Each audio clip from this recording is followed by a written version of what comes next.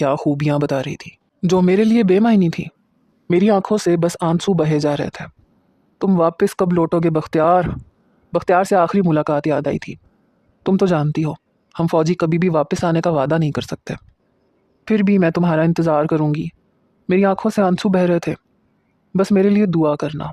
जो अल्लाह को मेरे हक़ में मंजूर है, अल्लाह मुझे उस पर राज़ी कर दे, और तुम्हें भी। बेसाख्ता मैं उसका हाथ पकड़ चुकी थी और अपने लबों से लगाने लगी, लेकिन उसने अपना हाथ मेरे हाथों से छीन लिया। नहीं हिना, मुझे ऐसी कोई हसीन याद ना दो जो मेरे लिए हसीन ख्वाब बन जाए और मेरे मकसद में रुकावट बनने की कोशिश करे। मैं तुम्हारी मनकूहा हूँ बख्तियार। बस ये याद रखना कि मैं तुम्हारा इंतज़ार करूँगी। वो मुस्कुराया था, लेकिन मेरी तरफ से तुम पे कोई पाबंदी नहीं। मैं ना लौटूं तो मेरी खातिर अपनी ज़िंदगी बर्बाद ना करना। ये कह के वो चला गया था, मगर मैं उसकी ज़िंदगी की दुआएं करती रहती थी। मगर वो वापस ना आया। उसकी डेड बॉडी वापस आई, और यूं मैं कुंवारी ही बेवगी की चादर ओढ़ चुकी थी। 1 साल गुजरने के बाद मेरे लिए रिश्ते देखे जाने लगे, मगर सब लोगों ने मुझे बेवा ही समझ लिया था। मेरे लिए अच्छे रिश्ते नहीं आते थे। मैं कई बार अपने वालिदैन से कह चुकी थी कि मुझे शादी नहीं करनी। मैं एक फ़ौजी की बेवा ही कहलाना चाहती हूँ, लेकिन मेरी वालदा कहती कि इस तरह से ज़िंदगी नहीं गुजरती। और अब पता नहीं क्यों एक ऐसे शख्स के साथ मुझे शादी करने पे इंसिस्ट किया जा रहा था जो गूंगा था। एक ऐसे शख्स के साथ मैं कैसे ज़िंदगी गुजार सकती थी जो बोल ही नहीं सकता था। मैं शायद इनकार करती रहती, लड़ती रहती, क्योंकि मेरे दिल में सिर्फ बख्तियार था। लेकिन मेरे वालिद की तबीयत उन दिनों ठीक नहीं रहती थी, और मेरी वजह से वो बेहद परेशान थे। कुछ ही दिनों में मेरा रिश्ता उस शख्स के साथ तय कर दिया गया। मेरी वालदा ने अपना मोबाइल मेरे पास रख दिया। इसमें उस लड़के की तस्वीर देख लेना। मैंने मोबाइल अपनी माँ के हाथ में रखा। जो फैसला आप लोग कर चुके हैं, मैं देख के क्या करूँगी? जो आपको ठीक लगता है कर लें। मेरी आंखों से आंसू बह रहे थे। हम तुम्हारे माँ बाप हैं, तुम्हारे दुश्मन नहीं हैं आज़का। अम्मी प्लीज़, मुझे कोई बहस नहीं सुननी। मेरे सर में बहुत दर्द है। आपने कर लिया ना जो फैसला आपने करना था। आंसू साफ करते हुए मैं अपने कमरे में चली गई। 1 हफ्ते में मेरा निकाह हसनैन से हो गया। मेरी शादी के लिए अरूसी जोड़ा मेरे ससुराल से आया था। मुझे दुल्हन भी मेरी एक दोस्त ने बना दिया, जो कि ब्यूटिशियन का ही काम करती थी। तैयार करते हुए मुझे कहने लगी, इतनी चुप चुप क्यों हो, थोड़ा सा तो मुस्कुराओ। मैंने कहा, मुझे तंग मत करो। मेरे दिल में ऐसी कोई भी उमंग नहीं थी। अव्वल तो दोबारा शादी करने का मेरा कोई इरादा नहीं था, और होता भी तो ऐसे शख्स से तो बिल्कुल भी नहीं था। हालांकि बख्तियार के साथ मेरा सिर्फ निकाह हुआ था। हमारा अज़दवाजी कोई भी ताल्लुक़ कायम नहीं हुआ था। हाँ, दिली वाबस्तगी ज़रूर थी, लेकिन लोगों ने मुझे उसकी बेवा ही समझ लिया था। शादीशुदा बच्चों वालों के रिश्ते मेरे लिए आने लगे थे, और मेरी वालदा और वालिद बेहद परेशान हो गए थे। यहाँ तक कि आस पड़ोस के लोग भी यूं बात करते थे जैसे बेवा होना मेरा एक बहुत बड़ा ऐब बन गया हो। मैं रुखसत होकर हसनैन के घर आ गई। वो मुझसे 7-8 साल बड़ा था। उसका रिश्ता भी शायद इसी वजह से नहीं हो रहा था कि वो गूंगा था। और जाहिर सी बात है, कोई भी लड़की अपने लिए ऐसा हमसफ़र क्यों चुनेगी? मेरे भी इख्तियार में होता तो मैं भी इनकार कर देती। हसनैन अपनी बीमार वालदा के साथ रहता था। उसके वालिद की अपनी ज़ाती दुकानें थीं। उनका किराया आता था, जिससे माँ बेटे का गुजर बसर हो रहा था। घर के ऊपर वाला पोर्शन भी किराए पे था। उसके वालिद हयात नहीं थे, सिर्फ वालिदा थी। कुछ ही देर में कमरे का दरवाज़ा खुला। मुझे लगा किसी ने मेरा दिल मुट्ठी में ले लिया हो। मैंने देखने की भी जहमत नहीं की। कमरे का दरवाज़ा बंद हुआ, ऊपर कुंडी लगी, और वो चलता हुआ मेरे सामने बैठ गया। एक ऐसा शौहर जो अपनी मोहब्बत का इजहार लफ्ज़ों से नहीं कर सकता। मैं एक ऐसे शख्स के साथ कैसे ज़िंदगी गुजार सकती थी, और वो भी इतनी तवील ज़िंदगी। शौहर औरत के दुख सुख का साथी होता है, जिससे वो अपना हर गम कहती है, और वो उसे तसल्ली के चंद जुमले बोल देता है। लेकिन मुझे ये खुशनसीबी नहीं थी। वो मुझे क्या बोलेगा, मुझे क्या तसल्ली देगा? मुझे पता नहीं क्यों सब कुछ बहुत मुश्किल लग रहा था। मैं अपने आंसू अंदर ही अंदर पी रही थी। वो मेरे सामने आके बैठ गया। शायद मेरे चेहरे की तरफ ही देख रहा था, लेकिन मैंने नज़रें उठा के भी देखने की कोशिश नहीं की। उसका हाथ जैसे ही मेरे हाथ पे रखा जाने लगा, मैंने फ़ौरन अपना हाथ पीछे कर लिया। ये शादी मेरी मजबूरी थी, और मैं ऐसे किसी रिश्ते के लिए तैयार नहीं हूँ। आप बोल नहीं सकते, लेकिन सुन सकते हैं, इसलिए बेहतर होगा कि आप मुझसे दूर रहें। मैंने अपनी हिम्मत मुज्तमा करके धीरे धीरे बात शुरू की। मेरी आंखों में आंसू आने लगे। डरते डरते मैंने अपनी पलकें उठा के देखा। वो अभी भी मुस्कुरा रहा था, और मुझे उसके मुस्कुराने पे हैरत हुई। रंगत ना तो सांवली सलोने थी और ना ही बख्तियार की तरह सफ़ेद, बस दरमियानी रंगत का मालिक था। देखने में ठीक ठाक था। कद काट का, लंबा, ऊंचा, चेहरे पे दिल फरेब मुस्कुराहट। फिर से उसने मेरा हाथ पकड़ना चाहा। मैंने इस बार उसका हाथ बुरी तरह से झटक दिया। आपको सुनाई नहीं दे रहा मैं क्या कह रही हूँ? इस बार उसकी मुस्कुराहट गायब हुई। मैंने कहा मैं आपसे कह रही हूँ कि मुझसे दूर रहें। फिर उसने हाथों की ज़ुबान शुरू की जो कि मेरी समझ से बाहर थी। शायद वो अपने हाथों के इशारों से कह रहा था कि क्या मसला है। अब मुझे तो इशारों की ज़ुबान नहीं आती थी कि मैं उसे हाथों के इशारों से समझाती। मैंने कहा मैं आपसे कह चुकी हूँ ना कि ये रिश्ता मेरे लिए बहुत बड़ी मजबूरी था। अगर मेरा बाप बीमार ना होता तो मैं आपसे शादी ना करती। फिर उसने चुटकी बजाई और मुस्कुराया। मैं उसकी हरकत पे हैरान थी। उसने जेब से मखमली डिबिया निकाली और मुझे उस शख्स की अक्ल पे शुबा सा हुआ था। ये पागल था, ये सोच के मेरी जान निकली। मुझे समझ नहीं आ रहा था कि ये कर क्या रहा है। उसने मखमली डिबिया खोली, सोने की अंगूठी निकाली, फिर अपना हाथ मेरी तरफ बढ़ाया। मैंने कहा ये क्या हरकत है। अब वो मेरी तरफ देख रहा था, शायद इस चीज़ का मुंतज़िर था कि मैं उसकी तरफ हाथ बढ़ाऊं। बड़ी मुश्किल से मैंने इशारा किया। मैंने अपने हाथ का इशारा कान की तरफ करके नफ़ी का इशारा किया कि क्या आपको सुनाई नहीं देता। तो उसने असबात में सर हिलाया। ये सुन के मुझे दूसरा धचका सा लगा। मतलब वो सुन भी नहीं सकता था। मैं इतनी देर से जो बकवास कर रही थी उसे पता ही नहीं था कि मैं बोल क्या रही हूँ। फिर मेरी तरफ हाथ बढ़ाने लगा।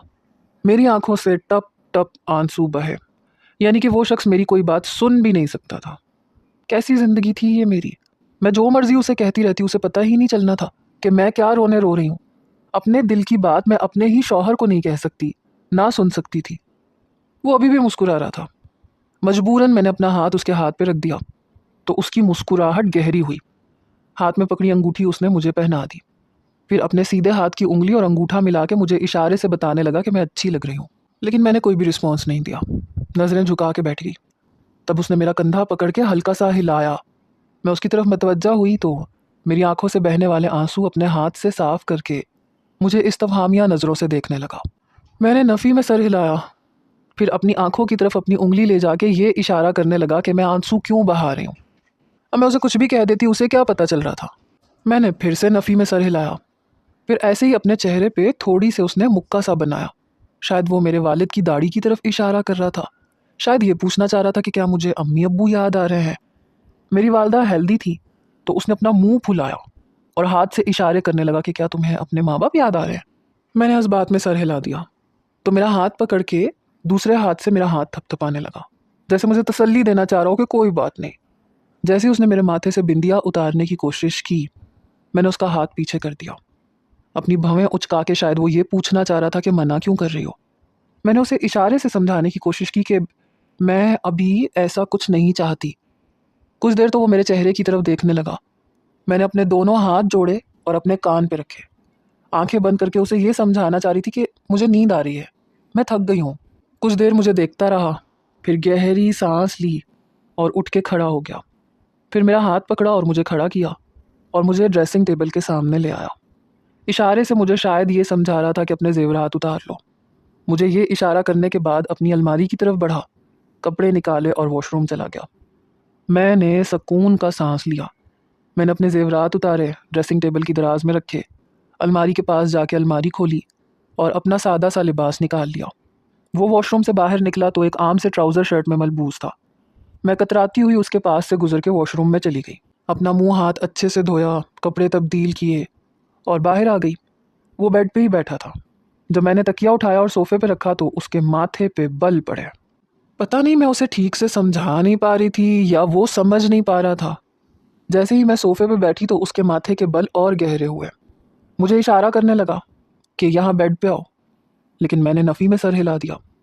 उसकी आंखों में हैरत थी। लाइट का बटन सोफे के ऊपर था। मैंने वो बटन बंद किया और लेट गई। उसने दोबारा मुझे तंग नहीं किया था। सुबह कमरे में सूरज की रोशनी फैली तो मेरी आंख खुली। सोफे पे एक ही पोजीशन में लेटे लेटे मेरी कमर थक गई थी। देखा तो वो सो रहा था। पता नहीं क्यों मुझे अपनी किस्मत पे रोना आ रहा था। मैंने घड़ी की तरफ देखा तो 8 बज रहे थे और बाहर बिल्कुल सन्नाटा सा था। शायद मेरी सास अभी तक जागी नहीं थी। मैं उठ के सोफे से खड़ी हो गई। मेरे बालों का जूड़ा खुल चुका था। मैं अपने बाल लपेट रही थी। कोशिश मेरी यही थी कि उसके जागने से पहले पहले मैं कमरे से बाहर चली जाऊं। अलमारी में से एक फैंसी जोड़ा निकाल के मैं वॉशरूम में चली गई, नहा के वही जोड़ा पहना और कमरे से बाहर आ गई। लेकिन जब मेरी नज़र बेड पे पड़ी तो उठ के बैठा हुआ था। माथे पे बल थे, आंखों में अभी भी नींद का असर बाकी था, जैसे रात को वो देर से सोया था और फिर अभी भी उठ के शावर के शोर से उठा था। उसे देख के पता नहीं क्यों मैं घबरा गई।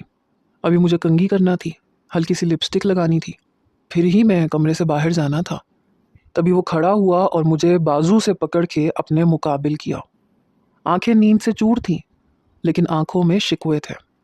बड़े गुस्से से उसने दूसरे हाथ से सोफे की तरफ इशारा किया। शायद ये पूछना चाह रहा था कि मैं वहाँ क्यों सोई। मैं नज़रें झुका गई। उसे मेरी आवाज़ सुनाई नहीं देती थी। मेरी बात समझना तो बहुत दूर की बात है, और उसके टूटे फूटे इशारे मैं कब तक समझती। इसी तरह वो अपनी भवें उचकाने लगा। फिर बड़े गुस्से से तकिए की तरफ अपनी उंगली का इशारा किया, जो अभी भी सोफे पर रखा हुआ था, और मैं उसे अपनी कैफियत समझा नहीं सकती थी। फिर मेरा बाजू छोड़ दिया, सोफे के पास गया, मेरा तकिया बेड पे रखा और उस पे हाथ बड़े ज़ोर से मारने लगा। शायद मुझे ये समझाने की कोशिश कर रहा था कि यहाँ लेटूं, या शायद ये बताने की कोशिश कर रहा था कि रात को यहाँ क्यों नहीं लेटी। फिर मेरे पास आया, मुझे गुस्से से देखने लगा। जब मुझे कुछ नहीं सूझा तो मैं रोने लगी। मुझे रोता देख के उसके चेहरे के तासुरात कुछ नरम पड़े। मैंने कहा, मुझे समझ नहीं आती तुम क्या कह रहे हो।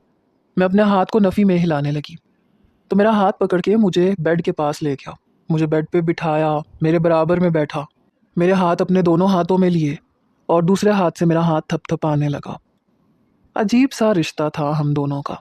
ना मैं उसे अपनी कैफियत समझा सकती थी, ना वो मुझे अपनी बात बता सकता था। मैं अभी ज़हनी तौर पे उसे समझ ही नहीं पा रही थी, और फिर ये रिश्ता कायम करना मुझे उतना ही मुश्किल लग रहा था। अभी तक बख्तियार को भूल नहीं पाई थी मैं, और उस पे ये शख्स जो मेरे लिए एक मुश्किल तरीन आजमाइश से कम नहीं था। उसे मेरी बात सुनाई नहीं देती थी, और मैं उसके हाथों की ज़ुबान को इतनी जल्दी नहीं समझ सकती थी। फिर अपनी शहादत की उंगली मेरी तरफ की, फिर अपनी तरफ की, फिर अपने दोनों हाथ मिला लिए। शायद मुझे अपने रिश्ते की नौयत के बारे में समझाने की कोशिश कर रहा था। फिर मेरा हाथ पकड़ के अपने चेहरे पे फेरने लगा, फिर अपने कंधों पे, फिर अपने सीने पे। मैंने अपना हाथ उसके हाथ से खींच लिया। अपने हाथ के इशारे से मुझे ये समझा रहा था कि उस पे मेरा हक है। फिर मेरी तरफ इशारा करने लगा कि तुम मेरी हो। तभी दरवाजे पे दस्तक हुई। मैं बुरी तरह से चौंकी। कमरे में एक सुर्ख रंग की बत्ती जलने और बुझने लगी। वो सुन नहीं सकता था, बोल भी नहीं सकता था, लेकिन उस लाइट को देख के फटाफट से मुझसे पीछे हट गया। फिर खड़ा हो गया, अलमारी में से अपने कपड़े निकाल के वॉशरूम में चला गया। शायद वो लाइट उसकी वालिदा ने ही लगाई थी, और उसका बटन बाहर था ताकि हसनैन को ये पता चल सके कि दरवाजे को दस्तक दी गई है। मैंने दरवाज़ा खोला तो मेरी सास मुस्कुरा रही थी। अरे, तुम तो पहले से ही उठ गई। मैंने कहा, जी मैं जल्दी उठ जाती हूँ। कहने लगी, अच्छा चलो हसनैन नहा के आ जाए तो फिर मिल के नाश्ता करते हैं। मैं बाहर आ गई। मेरी सास किचन में नाश्ता बनाने लगी। मैं भी उनके पास आ गई। कहने लगी, तुम्हें मुश्किल तो बहुत पेश आई होगी हसनैन की बातें समझने में।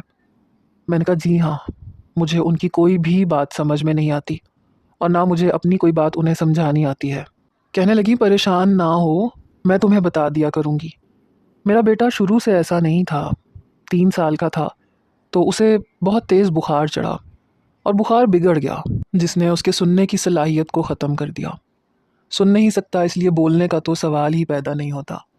डॉक्टर तो कहते हैं कि हो सकता है कभी सुनने लगे। मैंने बहुत इलाज करवाया जहाँ तक करवा सकती थी, लेकिन फिर थक हार के समझौता कर लिया। जब वो माँ होके हार गई तो फिर मैं उसके साथ कैसे इतनी लंबी ज़िंदगी गुजार देती। मेरी सास ने गहरी सांस ली। मेरा बेटा ज़्यादा पढ़ लिख भी नहीं सका। पढ़ता तो तब जब उसे कुछ सुनाई देता। उसे लिखना नहीं आता। मैंने बहुत कोशिश की लेकिन सीख नहीं पाया। लिखना सीख जाता तो कम से कम अपनी बात लिख के ही बता देता। मैंने सुना है तुमने एमए किया है। मैंने कहा, जी। तो तुम हसनैन को लिखना सिखा दो। वो मुझे एक और नए इम्तिहान में डाल रही थी। मैं चाहती हूँ उसे कुछ लिखना आ जाए, समझना आ जाए, तो अपने वालिद की दुकानें वो संभाल ले। जाहिर सी बात है, किराए में कब तक गुजर बसर हो सकता है। अभी तो तुम्हारी शादी हुई है, फिर बच्चे हो जाएंगे तो और भी मुश्किल पेश आ जाएगी। पता नहीं क्यों मुझे ये लग रहा था कि शौहर और सास का बोझ भी मुझ पे आ जाएगा, और शायद मैं इस माहौल से अभी से भागना चाहती थी। मैंने कहा, अगर आपको बुरा ना लगे तो मैं जॉब कर लेती हूँ। कहने लगी, अरे नहीं नहीं, उसकी ज़रूरत नहीं है। तुम बस मेरे बेटे को पढ़ा दिया करो, इसे लिखना सिखा दो। तुम ये मत समझो कि पैसों की कोई कमी है। घर का किराया आता है, दुकानों के किराए मिल मिला के लाख सवा लाख हो जाता है, और मेरे पास सेविंग भी है। बस मैं तो ये चाहती थी कि हसनैन कुछ सीख जाए। मैंने कहा, जी मैं कोशिश करूँगी। इतनी देर में वो भी कमरे से बाहर आ चुका था। नाश्ता मेरी सास ने ही टेबल पे लगाया। मैं नाश्ते के दौरान अपनी सास से ही बातें करती रही और वो मुसलसल मुझे देखे जा रहा था। रात को वलीमे का भी छोटा सा फंक्शन था। जैसे ही फंक्शन ख़त्म हुआ मैं कमरे में जल्दी आ गई। आते ही मैंने कपड़े तब्दील किए। सोने के लिए तकिया बेड से उठाने ही लगी थी कि कमरा खुल गया। वो अंदर आया। मेरा मुंह धुला हुआ और कपड़े सादे देख के उसने गहरी सांस ली। दरवाज़ा बंद किया, फिर मेरे पास आया और मेरे वलीमे के जोड़े की तरफ इशारा करने लगा। शायद ये पूछ रहा था कि मैंने ये क्यों उतार दिया। बड़ी मुश्किलों से इशारों से मैंने उसे ये समझाया कि मुझे ये चुभ रहा था। मेरी बात समझ के उसने यूं सर हिलाया जैसे मेरी बात समझ गया हो। फिर मुझे बेड पे बिठाया, अपने हाथ से मेरा चेहरा छूने लगा। इससे पहले कि मैं अपने हाथ से उसका हाथ पीछे झटकती, वो मेरा दूसरा हाथ पकड़ चुका था। फिर नफ़ी में इशारा करने लगा कि मुझे रोको मत। मेरा दिल बड़ी ज़ोर से धड़क रहा था, जैसे सीने से उछल के बाहर आ जाएगा। फिर अपने अंगूठे से मेरे कपकपाते होंठों को रब करने लगा और मुझे लग रहा था कि मेरे पूरे वजूद में सनसनाहट सी हो रही है। उसकी आंखों की वारफ्तगी बढ़ने लगी। जैसे ही उसने अपने होंठ मेरे होंठों के करीब किए तो मैं पीछे हट गई। पता नहीं क्यों मैं उसके और अपने बीच हायल दीवार को ख़त्म नहीं कर पा रही थी। उसने गहरी सांस ली, फिर अपनी उंगली मेरे होंठों पे रख के अपने होंठों पे रखी। अपने दिल की ख्वाहिश मुझे बताने की कोशिश कर रहा था। जो भी था वो मेरा शौहर था, चाहे मेरी बात समझता या ना समझता। वो एक फितरी जज्बे से लबरेज था। मैंने अपनी आंखें ज़ोर से बंद कर लीं। उसके होंठों का सफ़र मेरे रुखसार से शुरू हुआ और मेरे अंदर जैसे करंट सा दौड़ गया था। आंखों के सामने बख्तियार का चेहरा आने लगा, जिसे मैं मुसलसल झटकने की कोशिश कर रही थी। अपने अंदर की उठने वाली जंग को मैं लड़ रही थी। मैं बख्तियार के निकाह में थी, इसलिए हमारे बीच में बहुत सी प्यार मोहब्बत की बातें भी होती थीं। और अगर हसनैन बोलना जानता होता तो यकीनन उसकी बातें मेरे कानों से बख्तियार की बातों की बाज़गिश्त को ख़त्म करने में मदद देती। लेकिन ऐसा कुछ नहीं था। वो सिर्फ अपने अमल से अपनी मोहब्बत का इजहार कर रहा था, मेरे वजूद पे अपना लम्स छोड़ रहा था, सारे फासले ख़त्म करता चला गया। मुझे अपने पहलू से लगा कि वो सो चुका था, लेकिन जैसे ही वो गहरी नींद में गया मैं उसका हाथ आहिस्ता से पीछे करके उससे पीछे हट के सो गई। लेकिन आधा घंटा ही गुजरा था कि वो मेरे तकिए पे सर रख चुका था। मुझे फिर से खुद में समेटने लगा। वक्त यूं ही गुजरने लगा। आम मामूल की बातें समझने में मुझे पहले बहुत मुश्किल पेश आती थी। मेरी सास मुझे साथ साथ बताती रहती थी। काफ़ी हद तक मैं समझ भी गई थी। एक बार मैंने हसनैन के सामने एक कॉपी रखी और उसे इशारों से समझा के पढ़ाने की कोशिश करने लगी। अपनी तरफ इशारा किया, फिर उसकी तवज्जो अपने होंठों की जानिब की और उर्दू का जो लफ्ज़ मैं लिख रही थी वो आहिस्ता से बोलने लगी ताकि वो मेरे होंठों की हरकत से समझ सके। मैं मैं मैंने अपनी तरफ इशारा किया और फिर कॉपी पे लिखा। उसका हाथ पकड़कर उसे मैं लिखना सिखाया। इसी तरह से एक एक लफ्ज़ लिखना सिखाने लगी और वो सीख भी रहा था। रोज़ मैं उसे लिखने की प्रैक्टिस करवाती। आज भी उसे एक लफ्ज़ लिखना सिखा के मैं किचन में खाना बनाने चली गई। खाना बनाया, किचन साफ़ किया। अपनी सास को खाना देने के बाद जब मैं अपने कमरे में आई तो वो कॉपी पेंसिल एक तरफ रख के एलईडी पे कार्टून मूवी देख रहा था। ये देख के मुझे गुस्सा आने लगा। 1 घंटा लगा के मैंने उसे एक लफ्ज़ सिखाया था ताकि वो लिखना सीख सके, और उसने बजाय लिखने की प्रैक्टिस करने के वो कार्टून देख रहा था। मैंने रिमोट उसके हाथ से लिया और उसका कान पकड़ के खींचा। वो मुझे हैरत से देखने लगा। फिर मैंने कॉपी और पेंसिल उसके हाथ में रखी। उसने भी माथे पे बल डाले और कॉपी एक तरफ रख के हाथ बांध के मुंह फुला के बैठ गया। पता नहीं किस बात पे नाराज़ था। मैंने हाथ के इशारे से पूछा कि क्या बात है, मुंह क्यों फुला रहे हो, लिख क्यों नहीं रहे हो? तो अपनी शहादत की उंगली पहले अपने होंठों पे रखी, फिर मेरे होंठों की तरफ इशारा किया कि पहले किस दो फिर लिखूंगा। शायद काफ़ी दिन से मैं बस उसकी उस्तानी ही बनी हुई थी। रात को जल्दी सो जाती थी और वो मुझे ये एहसास दिलाने की कोशिश कर रहा था कि मैं उसे वक्त नहीं दे रही। मैंने कॉपी फिर से उसकी गोद में रखी। पहले काम करो फिर तुम्हारी बात मानूंगी, मैंने उसे इशारे से बताया। तो माथे पे बल डाले लिखने लगा। यूं तो लिखने में 1 घंटा लगाता था, मगर अब 10 मिनट में मुझे लिख के दिखा दिया। अब वो अपनी मनमानी के मूड में था। मैंने उसकी आंखें अपने हाथ से बंद की तो समझा शायद मैं उसे किस करूंगी। चेहरे पे इत्मीनान भरी मुस्कुराहट सजाए हुए था। मैंने हाथ हटाया तब भी उसने आंखें बंद ही रखी। मैं धीरे से उसके पास से उठ के कमरे से बाहर चली गई और अपनी सास के पास जाके बैठ के इधर उधर की बातें करने लगी। कुछ देर बाद वो गुस्से से कमरे में आया मुझे अपनी वालदा के साथ देख के सामने सोफे पे बैठ गया। मुझे बड़े गुस्से से देखता रहा, फिर कमरे में चला गया। रात का खाना भी नहीं खाया। जब मैं कमरे में आई तो मुझे देख के अपना तकिया दुरुस्त किया और लेट के करवट बदल गया। उसकी इस हरकत पे मैं मुस्कुराए बिना नहीं रह सकी। जब मैं बेड पे आके लेटी तो मुझे देखते ही दूसरी जानब करवट बदल गया। मैंने उसके कंधे पे हाथ रखा तो मेरा हाथ पीछे झटक दिया। मुझे नखरे दिखाने की कोशिश कर रहा था। मैंने उसका बाजू ज़बरदस्ती सीधा किया और उस पर अपना सर रख लिया। अभी भी माथे पे बल थे। मैंने उसके चेहरे के करीब होके पहले उसकी पेशानी पे बोसा दिया, जिससे उसके माथे के बल कुछ कम हुए। आंखें खोल के मुझे देखने लगा। दूसरा बोसा मैंने उसके रुखसार पे दिया। उसके चेहरे पे ज़रा सी मुस्कुराहट आई। फिर मैंने भी नखरा दिखाते हुए करवट बदल ली, मगर अगले ही लम्हे एक झटके से उसने मेरा रुख अपनी तरफ मोड़ा, अपनी उंगली अपने होंठों पे रखी।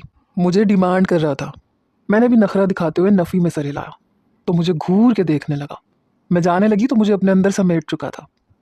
कितनी अजीब सी मोहब्बत थी। बिना लफ्ज़ अदा किए वो मुझे सब कुछ समझा देता था। आहिस्ता आहिस्ता मैं उसे समझने लगी थी। उससे उसकी ज़ुबान में बातें भी करने लगी। वक्त यूं ही गुजरने लगा। 3 माह में वो काफ़ी हद तक लिख के अपनी बात समझा देता था। तभी उसका खालाजाद दूसरे शहर से हमारे घर आ गया। हसनैन की ही उम्र का था। खासा बातूनी था और बेतकल्लुफ़ भी था। पहले पहल तो हसनैन से भी इशारों में बात करता रहता। उसका नाम तो मुझे नहीं पता था, लेकिन मेरी सास उसे जामी कहती थी। मैं उससे लिए दिए ही रहती थी। जब मुझे ये पता चला कि वो शादीशुदा नहीं है तो मुझे हैरत हुई थी। मैंने उसके सामने चाय रखते हुए कहा कि जामी भाई, आपने अभी तक शादी क्यों नहीं की? कहने लगा, आप जैसी जो नहीं मिली। ये सुन के मुझे धचका लगा। वो फौरन से बात बदल गया। मेरा मतलब है, आप जैसी कोई लड़की मुझे भी मिल जाती तो मेरे नसीब भी जाग जाते। हसनैन तो बड़ा लकी निकला। गूंगा बहरा होके भी उसे इतनी प्यारी बीवी मिल गई। एक हम है, सब कुछ परफेक्ट होने के बावजूद तरस रहे हैं। पता नहीं क्यों, लेकिन मुझे उसकी बात और उसका अंदाज बुरा लगा था। उस वक्त मेरी सास भी अपने कमरे में थी। हालांकि हसनैन वहीं बैठा था, लेकिन उसे क्या पता कि वो क्या कह रहा है। हसनैन चाय का कप उठा के पीने लगा और जामी मुझे ही देख रहा था। कहने लगा, आप इसके साथ गुजारा कैसे कर लेती हैं? मैंने कहा, क्या मतलब है आपका? हसनैन बहुत अच्छा है। और वो वाकई अच्छा था। बिना कहे मुझसे अपनी हर बात का इजहार करना उसे आता था। और अब तो मैं समझने लगी थी, मेरी बात को उसने कभी भी नहीं टाला था। अब तो मैं उसे जो भी घर का सामान या राशन लिख के देती थी वो भी ले आता था। घर के कई छोटे मोटे काम करने लगा था। और मेरी सास कहती थी कि तुम ड्राइविंग सीख लो तो मैं तुम्हें गाड़ी भी ले देती हूँ, तुम खुद भी चलाना और हसनैन को भी सिखा देना। सिर्फ लफ्ज़ों की मोहब्बत काफ़ी नहीं होती। मुझे उसकी ये खामोश मोहब्बत अच्छी लगने लगी थी। जामी कहने लगा, एक औरत तब तक मुकम्मल नहीं होती जब तक शौहर से लफ्ज़ी मोहब्बत का इजहार ना सुन ले, उसकी बेताबियाँ, उसकी बेचैनियाँ सुन ना ले। बड़ा जुल्म किया आपके घर वालों ने आपके साथ। मुझे बड़ा दुख हुआ। अच्छी खासी खूबसूरत लड़की को किस नामुकम्मल इंसान से ब्याह दिया जो आपको तहफ़्फ़ुज़ भी नहीं दे सकता। मैंने कहा, ये आप किस किस्म की बातें कर रहे हैं? मैं आपसे कह तो चुकी हूँ कि मैं हसनैन के साथ बहुत खुश हूँ। कहने लगा, उसके साथ खुश रहना आपकी मजबूरी है। अब देखें, मैं आपसे यहाँ बैठ के जो मर्जी कह लूँ, ये ना सुन सकता है ना उसका जवाब दे सकता है। इसे पता ही नहीं है कि मैं क्या बातें कर रहा हूँ। देखिए कैसे मुस्कुरा रहा है। फिर वो हसनैन को देख के मुस्कुराने लगा। मैं उठ के किचन में चली गई। पता नहीं क्यों मुझ पे वही महरूमी सी सवार होने लगी जो शादी के शुरू के दिनों में थी, जब मुझे हसनैन की बातें समझ में नहीं आती थीं और मैं झंझला जाती थी, रोने लगती थी। और फिर वो मेरे साथ बैठ के मेरा हाथ अपने एक हाथ में लेके अपने दूसरे हाथ से मेरे हाथ को दबाता था, मुझे समझने की कोशिश करता था और ख़ुद की बात को भी समझाने की कोशिश करता था। मेरा जी चाहा कि मैं ऐसे नौजवानों का मुंह तोड़ के रख दूँ जो शौहर की ज़रा सी खामी को देख के बीवी को बहकाने की कोशिश करते हैं। मैं भी यही सोच रही थी जब जामी किचन में आ गया। क्या हुआ, क्यों आंसू बहा रही हो? अगर मेरी बात से आपका दिल दुखा है तो माजरत चाहता हूँ, लेकिन जो सच है मैं तो वही कह रहा हूँ। मैंने अपने आंसू साफ किए। हाय काश मैं आपको पहले देख लेता, आपका भी भला हो जाता, मेरा भी भला हो जाता। मुझे एक ऐसी ही साबिर और ख़ूबसूरत लड़की अपनी ज़िंदगी के लिए चाहिए थी। बड़ी हिम्मत है आप में।